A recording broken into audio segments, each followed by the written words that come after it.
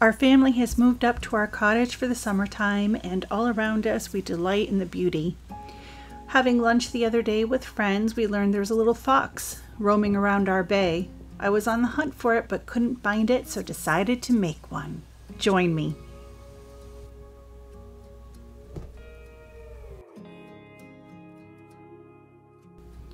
I love this little book. It's giving me lots of inspiration when I'm feeling like I need a little boost, and learning from other artists is always fun.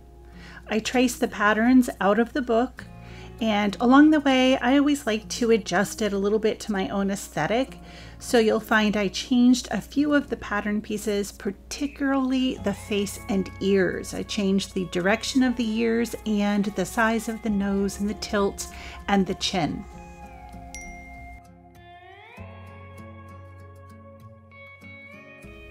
When I'm sketching, I just use yellow trace paper to kind of figure out what I want to do, and then I would transfer it to white paper.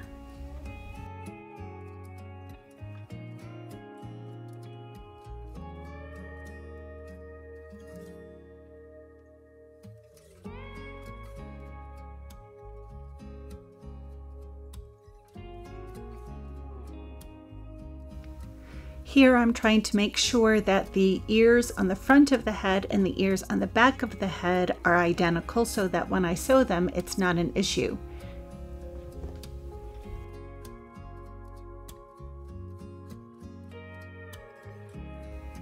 After cutting out all of the little pieces, I like to save them in a baggie in case I really like the pattern and want to use it again in the future.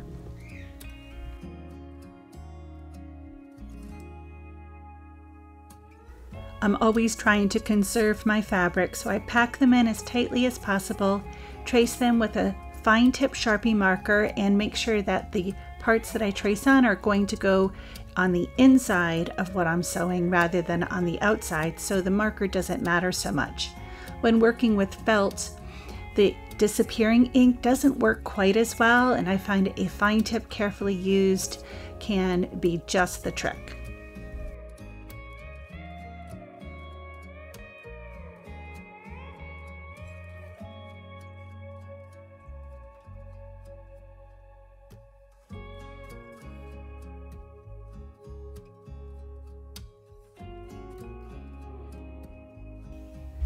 I like to use my snips to really carefully make sure that the pieces that will be sewn together are identical, and make sure there's any rough edges are taken off, and the super sharp scissors are always work the best for me.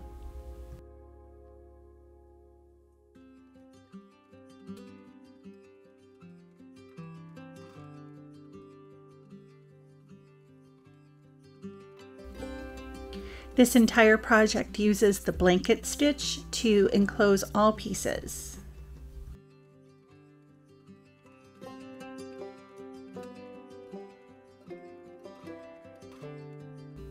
I'm using wool here to stuff the project, but you could use acrylic if that's what you have at hand. As always, use whatever you have at hand when you're working.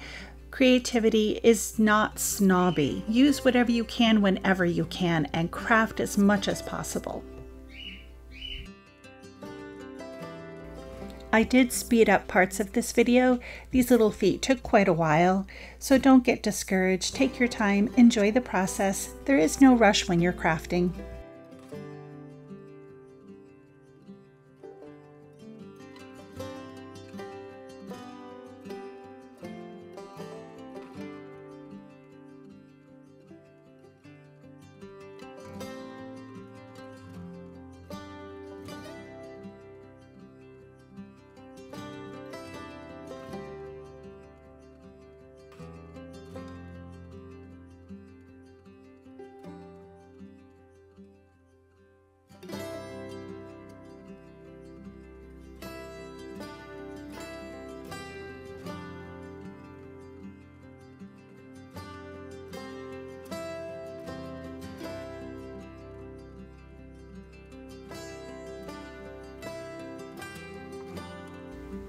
There were no instructions in the pattern on how to attach this tail, so I was just trying to be creative.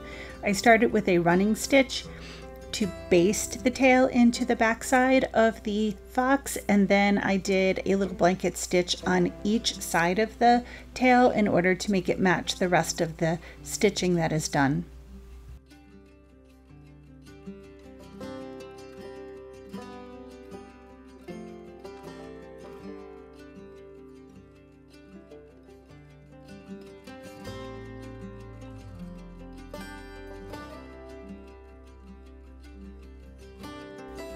Sewing in 3 dimensions rather than flat sewing or garment sewing is always a little trickier.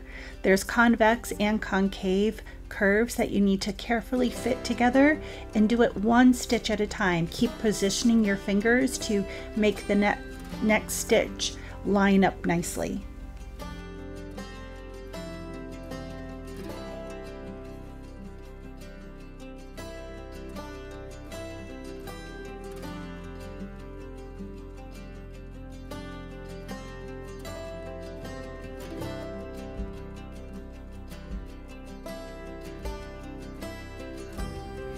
I used some black thread on the ears to mimic the way Fox has the little black furs around the edges.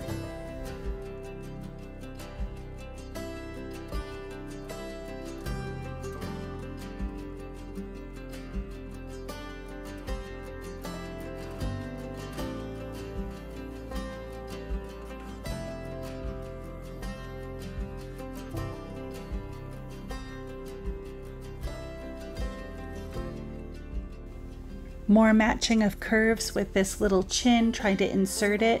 This was the area that I altered the original pattern, so I was being super careful to make sure that my lines lined up.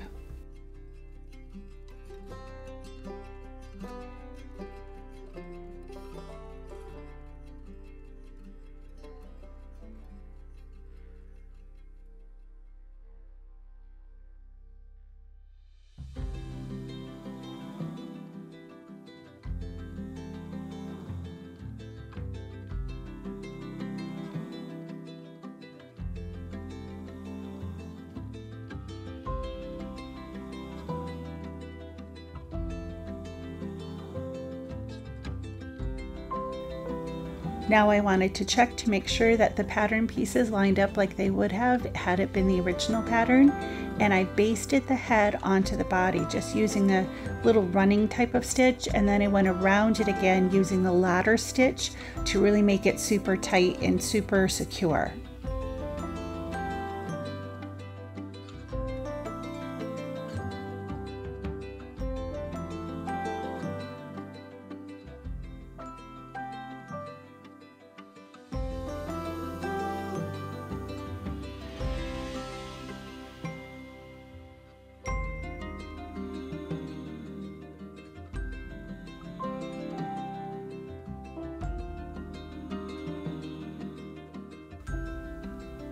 I decided to change the colors on the thread so that they match the felt that I was working with. When I'm working on these little tiny creatures, you can see the threads do get caught up and messed up often, getting caught on the ears and stuff like that. And again, it's just a moment to pause and say, am I working too fast? Can I relax a little bit more? And then start to see the little animal come together is always exciting towards the end. This is a button jointed animal, so the arms and legs are attached to the main body through little tiny buttons. I did the whole process here so you can see how it works. The first time I did this, I couldn't find a good tutorial and I didn't know where to start and end the thread so that they weren't seen on the outside of it. So you start it on the inside part of the leg or the arm, put it through, and you really want to pull the entire time, trying to keep your threads nice and tight through the whole process, because if you don't, you end up with these like loose floppy limbs, which you don't want either. So I'm always being very careful, tugging everything down, making sure that each piece is secure before I go on to the next step.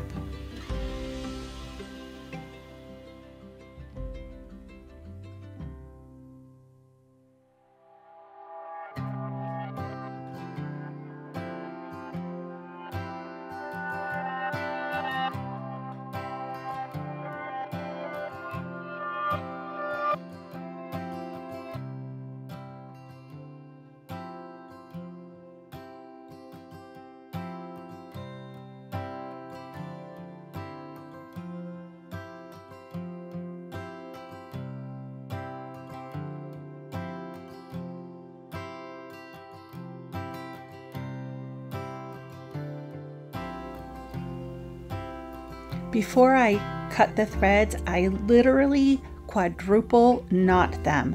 I never want a leg to fall off if a little one is playing with them. It's kind of startling.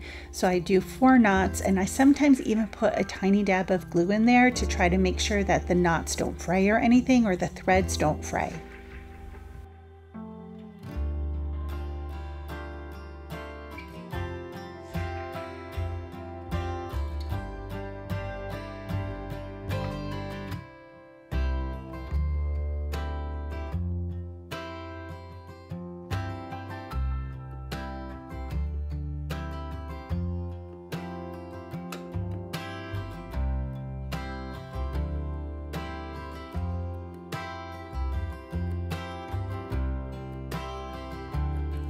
I thought my camera was on while I was embroidering the face, but it wasn't, so I'm sorry. Very simple embroidery, just some French knots for the eyes, a little bit of a satin stitch for the nose, and back stitching for the mouth.